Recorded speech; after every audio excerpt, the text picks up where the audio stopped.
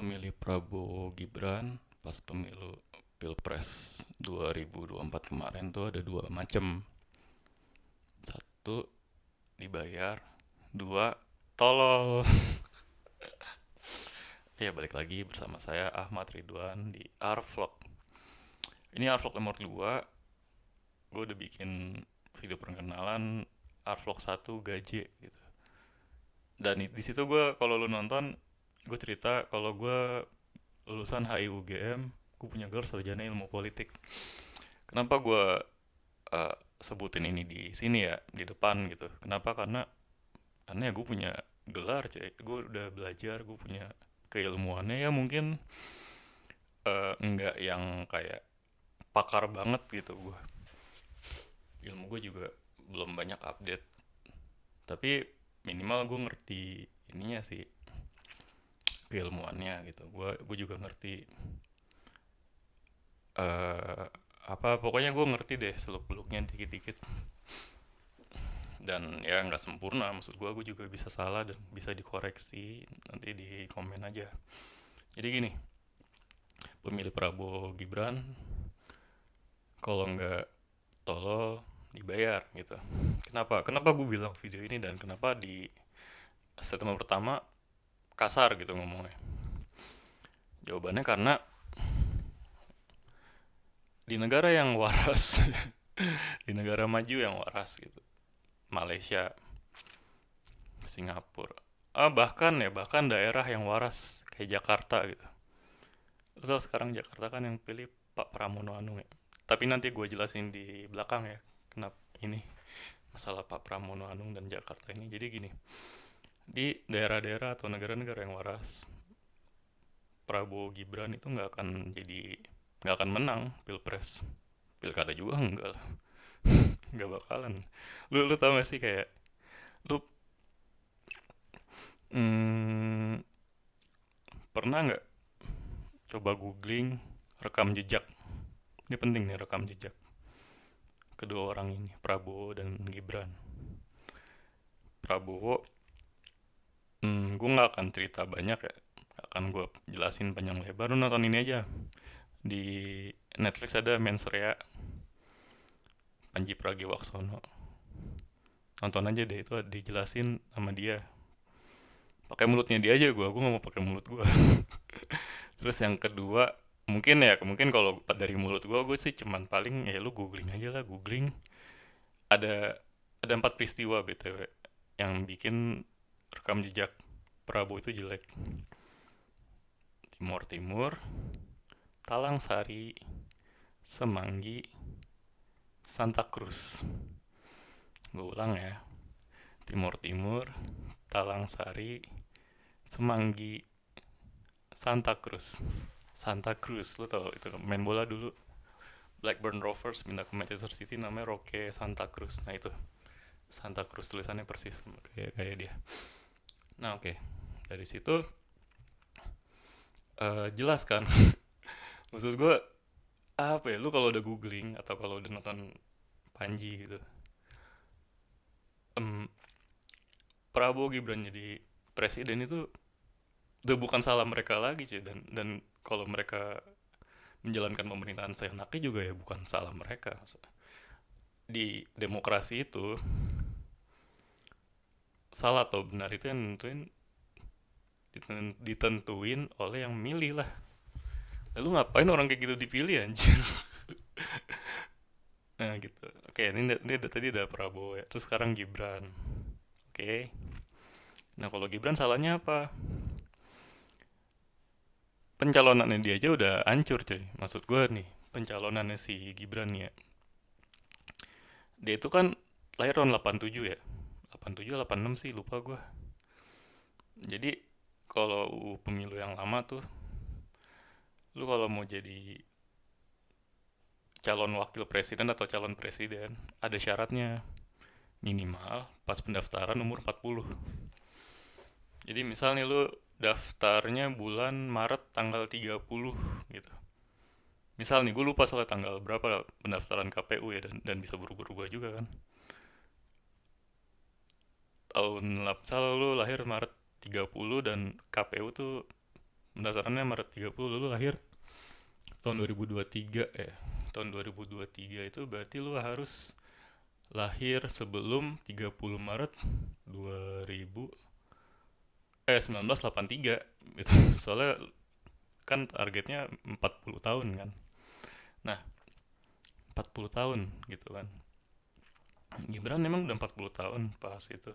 Enggak, soalnya dia lahirnya tahun 87. Lupa gue. Antara 87 atau 86. Nah, kenapa kenapa itu gue bahas? Kenapa? Karena dia pakai jalur paman, cuy. Lo udah tahu semua lah. Gue nggak perlu, mungkin gue nggak perlu cerita panjang lebar kenapa proses ini sangat-sangat hancur ya. Jadi intinya dia pakai paman ya buat mempengaruhi hasil di sidang Mahkamah Konstitusi agar supaya peraturan yang mewajibkan cawapres dan capres minimal berusia 40 tahun diturunkan jadi 35 tahun. Berapa ya? Tapi dengan catatan pernah jadi pemimpin daerah gitu. Jadi misal nih umurnya 35 tapi pernah jadi pemimpin daerah, bisa jadi cawapres calon presiden atau calon wakil presiden. Tapi kalau misal nggak bisa gitu. Misal nih lu pengalaman lu cuma jadi menteri doang gitu, lu nggak bisa jadi capres atau cawapres gitu peraturannya. Tapi itu prosesnya udah, aduh proses ini parah banget sih lu. Gue mungkin kalau ngasih analogi proses kenapa ini kacau balau ya. Apa ya, agak kasar sih. Lu kalau lu kalau ngelihat orang gila, dua pasang orang gila yang ngewe di jalan. Enggak harus ODGJ ya, enggak. Orang deh, orang-orang biasa ngewe di jalan. Nah kayak gitu tuh, prosesnya persis kayak gitu. Kalau lu mau analogi nih, sejorok itu dan sejorok, segamblang, nggak tahu malu itu gitu. Nah, lagi-lagi di negara yang rakyatnya benar, eh, orang kayak gitu nggak akan dipilih anjir. Nggak akan dipilih, maksud gua lu ini mana, otak lu mana coy. Oke, kalau misalnya lu dibayar jadi buzzer, entah jadi buzzer, entah keluarga lu punya bisnis yang akan sangat beneficial, akan sangat maju pesat gitu. Kalau Prabowo jadi presiden ya, kalau gue itu gue masih masih apa ya, respect banget. Kenapa? Karena ini intermezzo dikit ya. Jadi gini, di Jepang itu ada, lu tau nggak, di Jepang kan ada panggilan profesi sensei gitu. Lu tau gak sih kalau lu manggil guru sensei, sore wado desu ka gitu kayak gitu. Atau dokter. Nah, jadi ada di Jepang tuh ada empat nih ya. Ada Yong Yong Yonggurai, Yongrui. Ada empat macam profesi yang bisa dipanggil sensei. Kenapa dipanggil sensei? Itu sebagai bentuk penghormatan dan bentuk meminta sesuatu gitu, untuk mendapatkan sesuatu. Lu tau nggak? Mendapatkan sesuatu jadi exchange gitu. Kayak gue menghormati lu nih, sensei, dengan panggil tuan gitu misal. Nah, dia yang lu panggil sensei akan ngasih sesuatu yang dia punya ke lu gitu. Ya kasarnya gitulah. Dia ada empat profesi nih yang kayak gini. Satu, guru. Dua, dokter. Tiga, pengacara. Empat, politisi. Nah, keempat tuh politisi coy. Bukan mangaka, bukan loh. Mangaka tuh baru-baru ini, makanya gue nggak masukin. Jadi kayak ada kan mangaka dipanggilnya sensei, kayak Kishimoto sensei gitu, atau Isayama sensei gitu. Enggak, kalau gue itu mungkin baru ya. Sorry, baterainya dikit. Itu mungkin apa, kebiasaan baru. Tapi kalau yang empat tadi dipanggil sensei, nah karena mau apa, guru, lu manggil sensei, guru sensei gitu, lu mau apa sih, mau ilmu coy. Ya kayak misal nih gue, misal channel YouTube gue ntar gue ngajar bahasa Jepang, lu manggil gue sensei kan, Ridwan sensei gitu, karena gue ngasih lu ilmu gitu. Jadi lu manggil gue sensei, lu sebagai penghormatan manggil sensei. Terus yang kedua dokter, Isa, Isya, bahasa Jepang itu Isya. Kalau guru tuh ini Kyoshi, Kyoikushi, Kyoikushi kalau nggak salah, lupa gue. Kyoikushi, Isya. Nah kalau Isya dokter dipanggil sensei karena dia ngasih lu sehat, ngasih lu bantuan medis gitu. Jadi lu kalau nggak ada dokter, harapan hidup lu menurun drastis gitu kan. Makanya lu manggil mereka dokter, manggil mereka sensei gitu. Untuk penghormatan supaya lu dapat duit, supaya dapat sehat. Nah terus yang ketiga pengacara. Pengacara tuh bahasa Jepangnya bengoshi, bengoshi ya, bengoshi. Kalau pengacara itu straightforward aja, lu minta perlindungan hukum, udah biar biar lu nggak dicurangin hakim atau jaksa, atau kalau lu bersalah biar hukumannya dikurangin, atau bahkan bebas sama sekali kalau lu punya pengacara yang pintar gitu, atau pengacara yang jago manipulasi barang bukti kan bisa bebas itu. Makanya lu panggil mereka sebagai bentuk penghormatan sensei gitu. Pengacara nih ya, nggak tahu kalau jaksa atau hakim, nanti gue mau cek lagi deh kalau tahu jaksa sama hakim enggak sih. Yang keempat politisi. Nah kenapa polisi dipanggil sensei? Jadi kayak anggota DPR di Jepang nih, misal namanya Tanaka gitu. Lu manggil dia Tanaka sensei anjir, anggota DPR nih, Tanaka sensei gitu. Lu tau nggak tujuan kenapa politisi dipanggil sensei di Jepang? Tujuannya apa? Kayak tadi kan guru buat ilmu, dokter buat sehat, pengacara bantuan hukum. Apa politisi kita panggil, orang Jepang manggil sensei? Tujuannya satu cuy, biar dapat duit. Iya tujuan berpolitik dapat duit anjir. Maksudnya lu dari zaman apa ya? Dari zaman Yunani, si siapa sih namanya tuh? Plato gitu, yang salah satu pencetus demokrasi kan namanya Plato. Plato tuh bikin demokrasi soalnya dia sesimpel nggak mau diperas sama raja, suruh bayar upeti dia nggak mau. Dia maunya ya kita kerja sama aja gitu, ya gitu deh.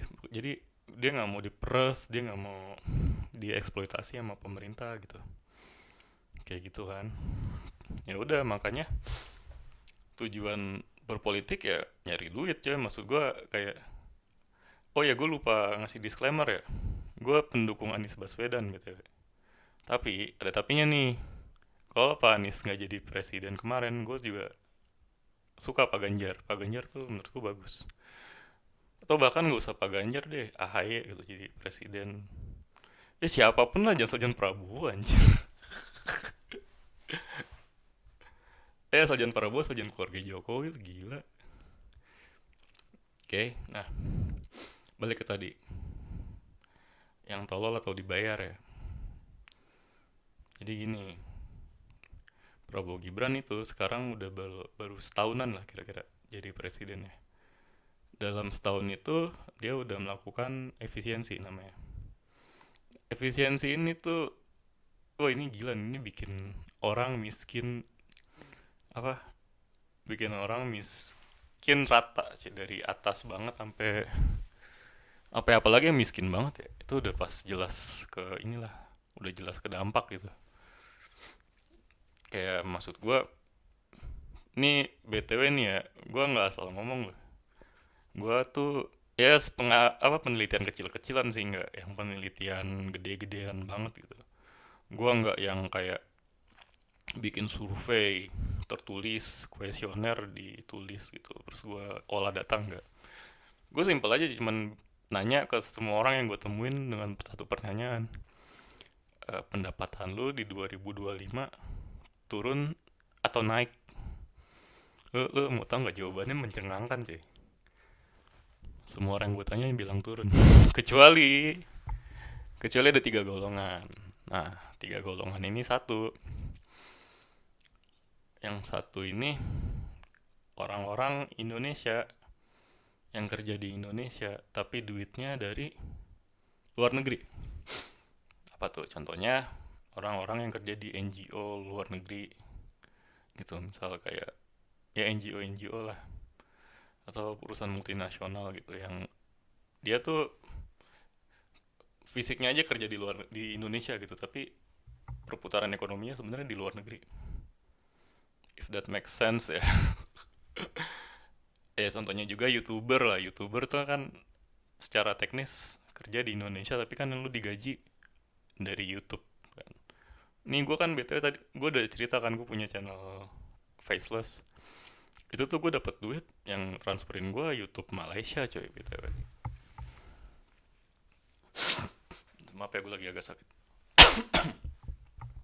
YouTube Malaysia kan kayak per berapa sebulan berapa gitu hasilnya. Ya nggak gede sih.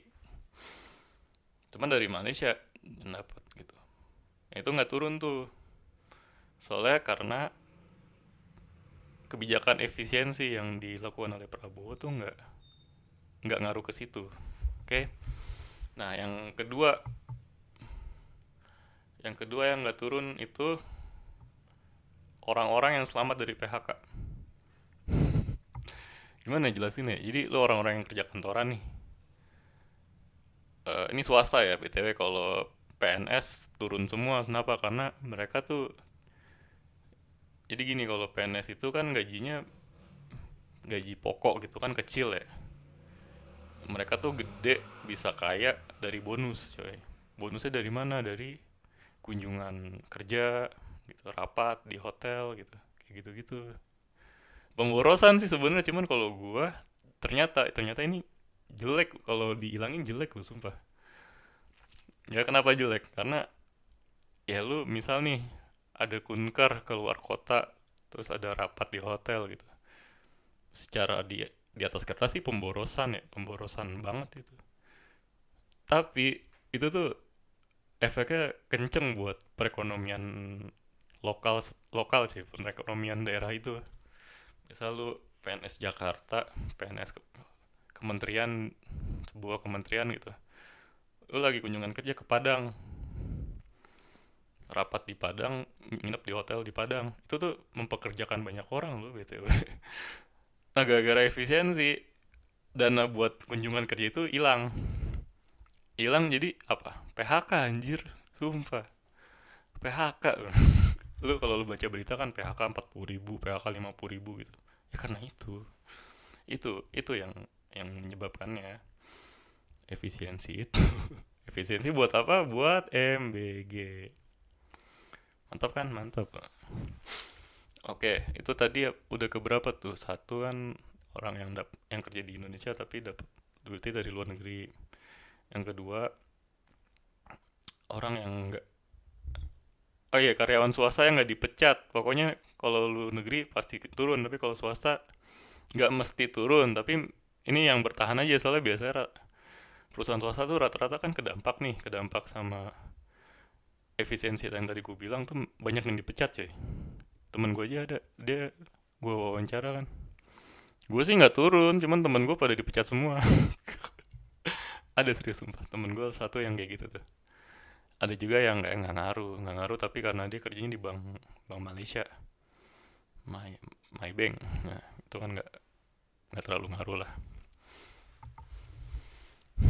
Terus apa lah? Nah, yang terakhir, orang-orang yang nggak terdampak kebijakan ini. Ini ada hubungannya sama tadi yang milih Prabowo kan, gue bilang kalau nggak tolol dibayar kan. Nah, ini ada hubungannya sama yang dibayar. Jadi orang-orang ketiga yang nggak kedampak dari penurunan ekonomi di tahun 2025 akibat efisiensi yang dilakukan oleh Prabowo itu ya orang-orang yang dekat sama Prabowo. Kagak turun. MBG apa pengusaha MBG, apalagi tuh pengusaha MBG, wah makin kaya malah. Pengusaha MBG terus koperasi-koperasi. Oh ini ada, berarti yang keempat nih yang gak turun. penyedia bahan baku berarti, entah entah petani atau tengkulak, itu juga nggak turun tuh, apalagi yang barang dagangannya dibeli sama MBG ya. Tapi kalau yang enggak ya sama turun juga sih. Dan yang dibeli MBG berapa orang sih maksudnya? Nggak semua petani kan dibeli sama MBG gitu. Nah, itu.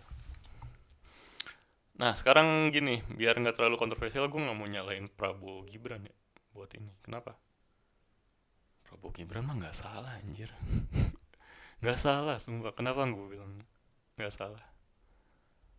Karena kalau ada orang nih, gue syuting jam 3 pagi. Oh ya, balik lagi. Kenapa Prabowo Gibran nggak salah?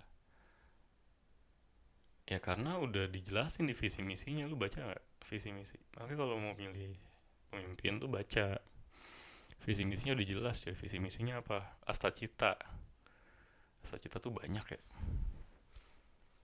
Apa ya, gatel gue. Asta Cita, terus apa coba visi misi Prabowo Gibran? Satu, MBG. MBG tuh MBG tuh wah, MBG-nya tuh Prabowo Gibran seluruh anak, udah jelek kan maksudnya. Dan dia nggak nutup nutupin gitu, nggak kayak MBG buat orang yang membutuhkan, nggak. MBG untuk seluruh anak, termasuk yang kaya melintir, tajir melintir. Yang kedua, naikin gaji pejabat.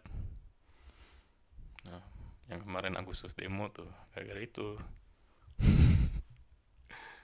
Udah ya, apalagi ya, baca lagi deh gue.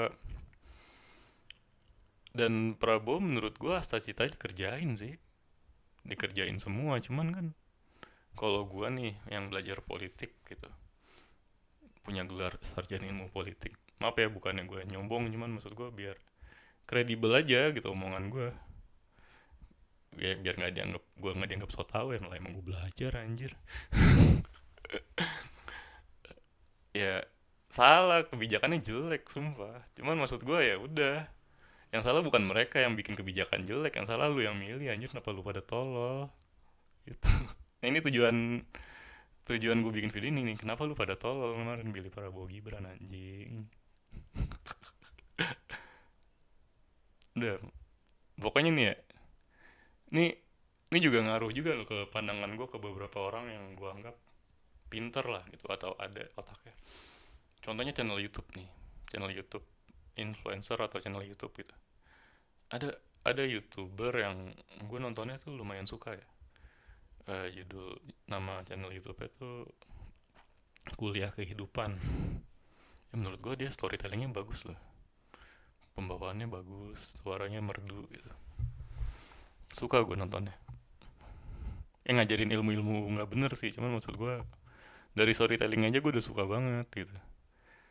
Tapi ada satu video tiba-tiba ngaku saya memilih Prabowo, saya mendukung Prabowo gitu. Anjir, lu tau nggak? Hilang anjir di mata gue kredibilitas, semua kredibilitasnya.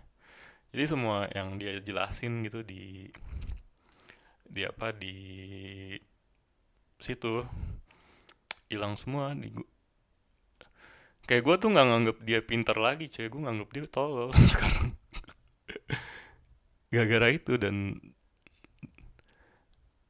orang-orang yang gue temuin real life juga yang dukung Prabowo tuh ya antara dua itu aja sih, antara emang pure tolol atau ada atau ya dibayar. Dibayar tuh dalam arti dapat manfaat ekonomi gitu dari situ ya. Dah, ya tujuan gue di sini ya ngasih tahu aja kalau lu tolol kenapa lu pilih Prabowo Gibran anjir. Mereka nggak salah sumpah, mereka tuh nyalon udah. Kalau lu kalau rakyatnya pinter nih ya, rakyatnya pinter, nggak tolol gitu, nggak akan kepilih dari prosesnya aja, dari rekam jejak yang udah ada gitu, yang lu bisa tinggal googling gampang kok, cuman kayak Prabowo Santa Cruz, Prabowo Semanggi, Gibran MK, Gibran anak haram konstitusi gitu. Udah, aduh, udah, lu udah nggak ada alasan lagi deh buat milih Prabowo gitu. Masa apaan, indikasinya apa milih mereka. ya lu tolol aja udah titik. Makanya mereka sekarang jadi presiden, nggak salah mereka, mereka itu kok Asian value, hak asasi manusia mereka kok. Kalau lu masih, kalau orang kayak gitu dipilih, yang tolol orang yang milih lah. Dan gue nggak mau disalahin untuk ini. Oke, untuk nih chapter terakhir ya, penutupan. Jadi apa yang bisa kita lakukan untuk biar nggak kejadian lagi gitu?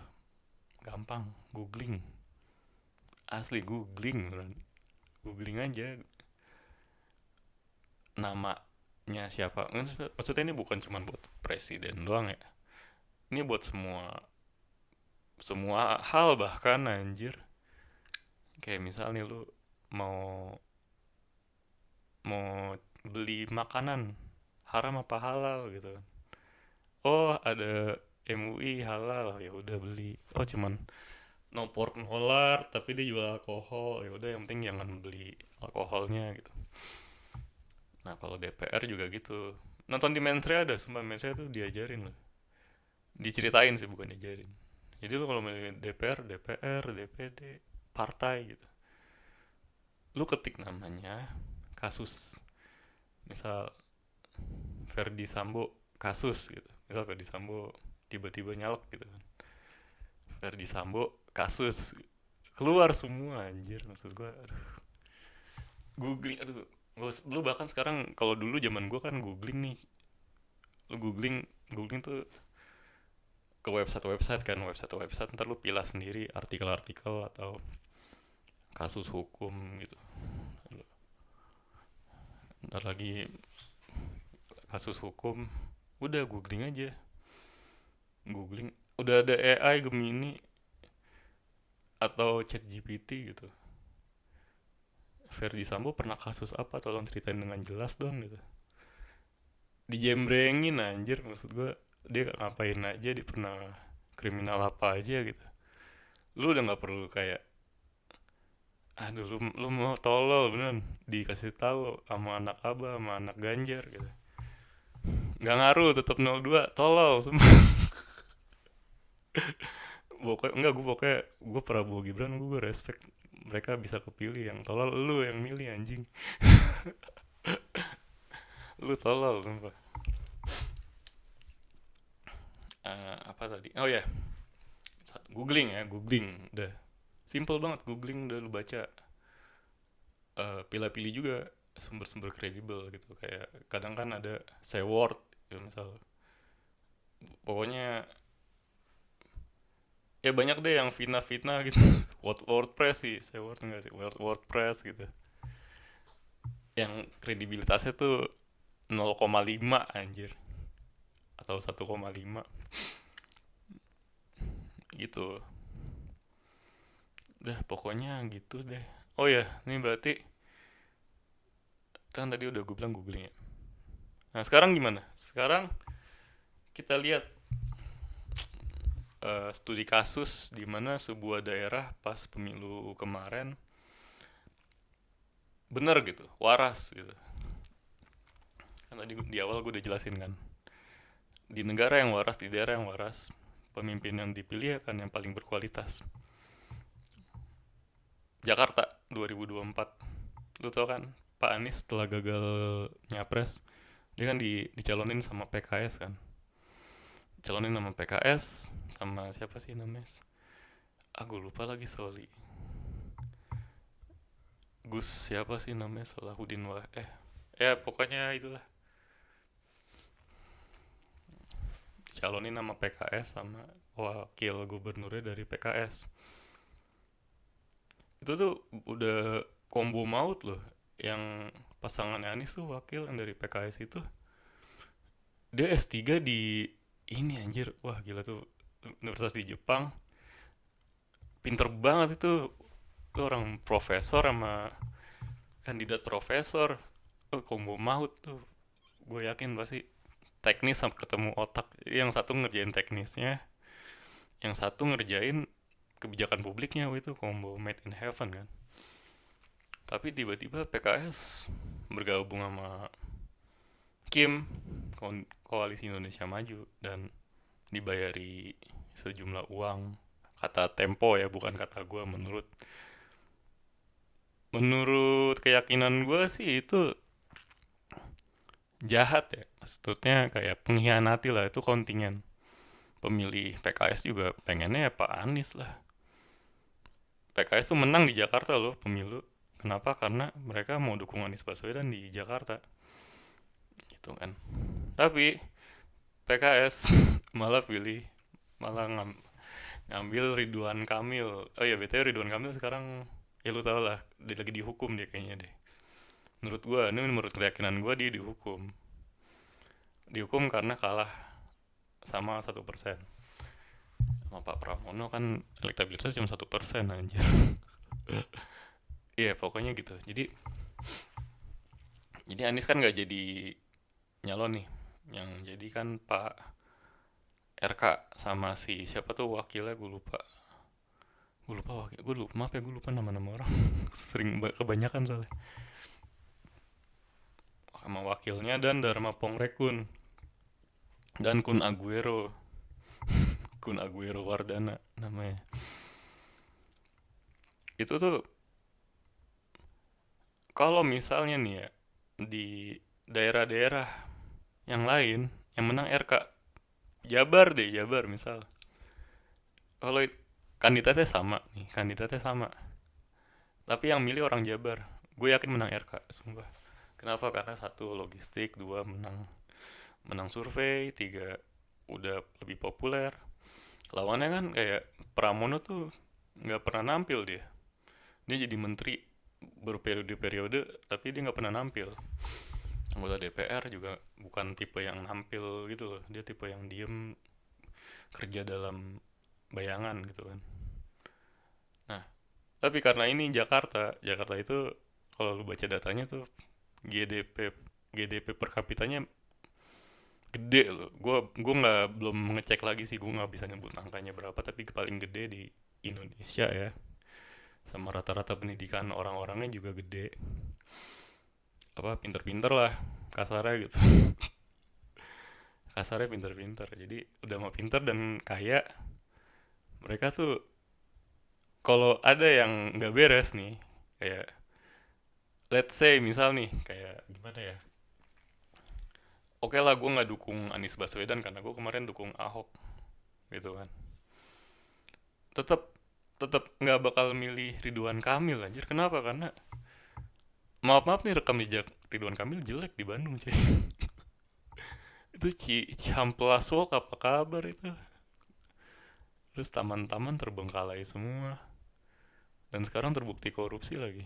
Dan Lisa Mariana lagi diproses nih, menurut keyakinan gue buktinya sih udah ada gitu. Jadi gue nggak bisa di apa namanya, dituntut balik penyemaran nama baik ya. Gitu. Jadi udah, buktinya udah lengkap lah, udah jelas, gila. Jadi nggak dipilih tuh si RK karena ya ngapain lu milih RK anjir, rekam jejak jelek. Kalau ngomong ngaco, lu selama kampanye ngaco, lu ngomong janda, si calon wakilnya juga ngomongnya janda mulu, nggak jelas. Programnya apa coba? Program RK tuh ini loh, bis ya, bis curhat namanya, anjing tolol banget tuh.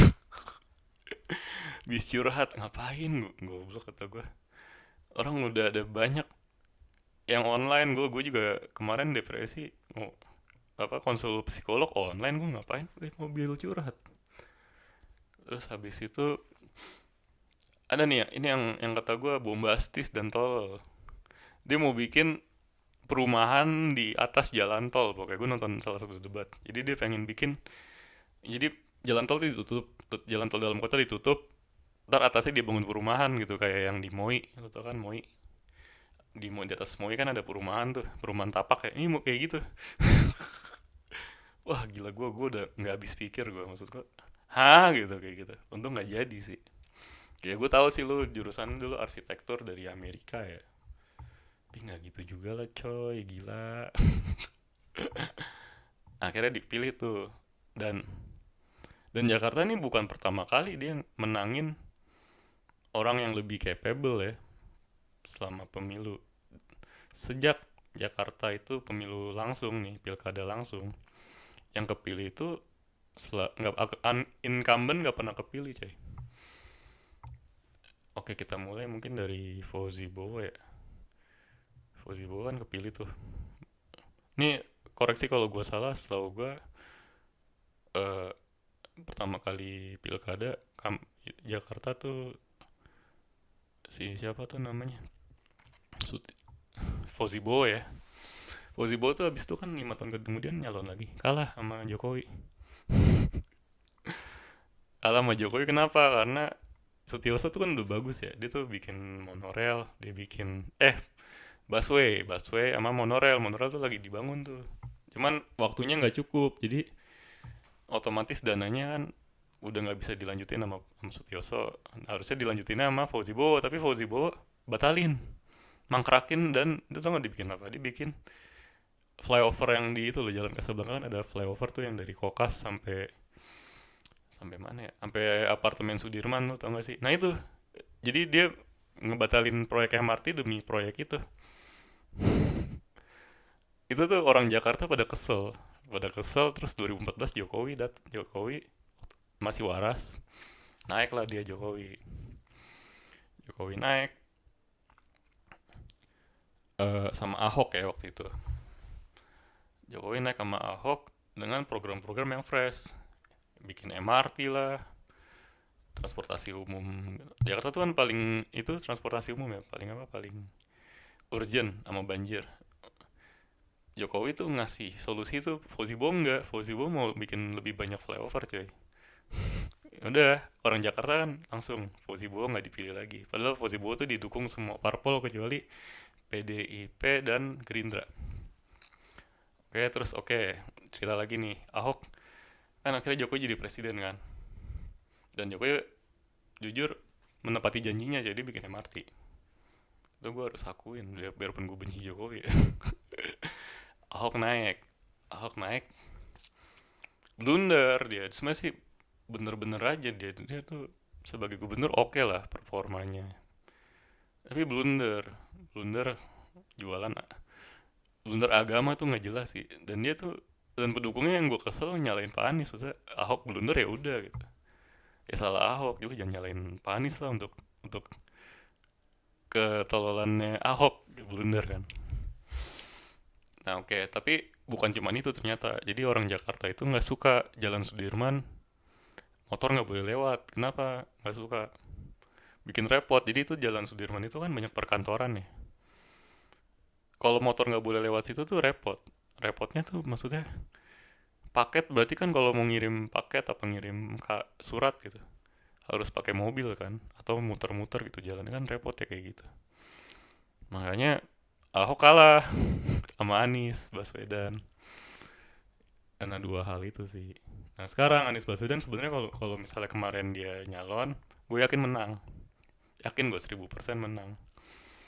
Tapi karena politik ya, agar supaya Anies Baswedan 2029 nggak bisa nyapres,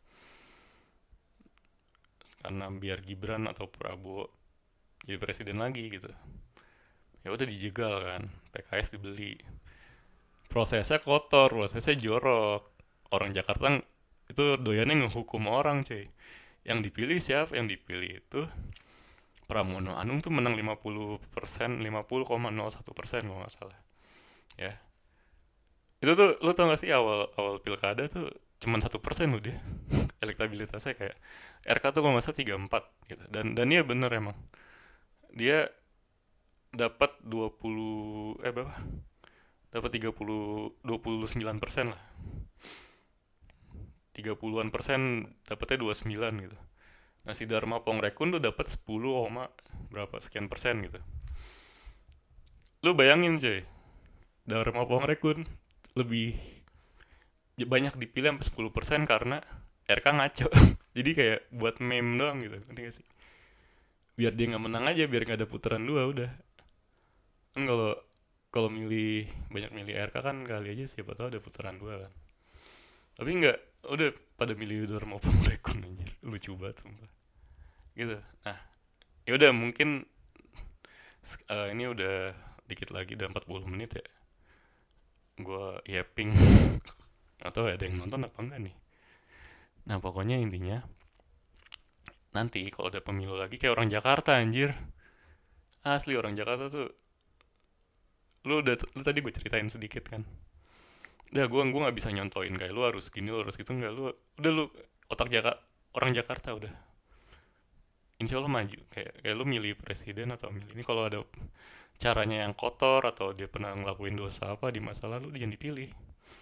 Jakarta gitu, Ridwan Kamil urus Bandung jelek, dia pas masa kampanye ngaco, ngomongin janda-janda mulu, janda beginilah, janda begitulah, mau bikin program ngaco gitu.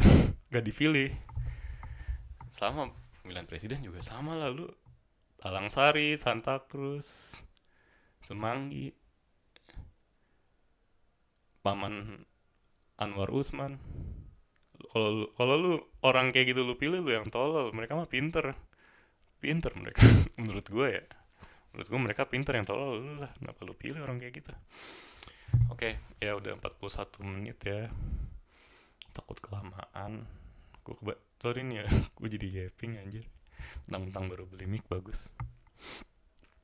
Ya udah sekian deh dari ini ya, semoga kalau ada yang nonton, kalau udah salah gue minta maaf. Ya sekian ya, oke.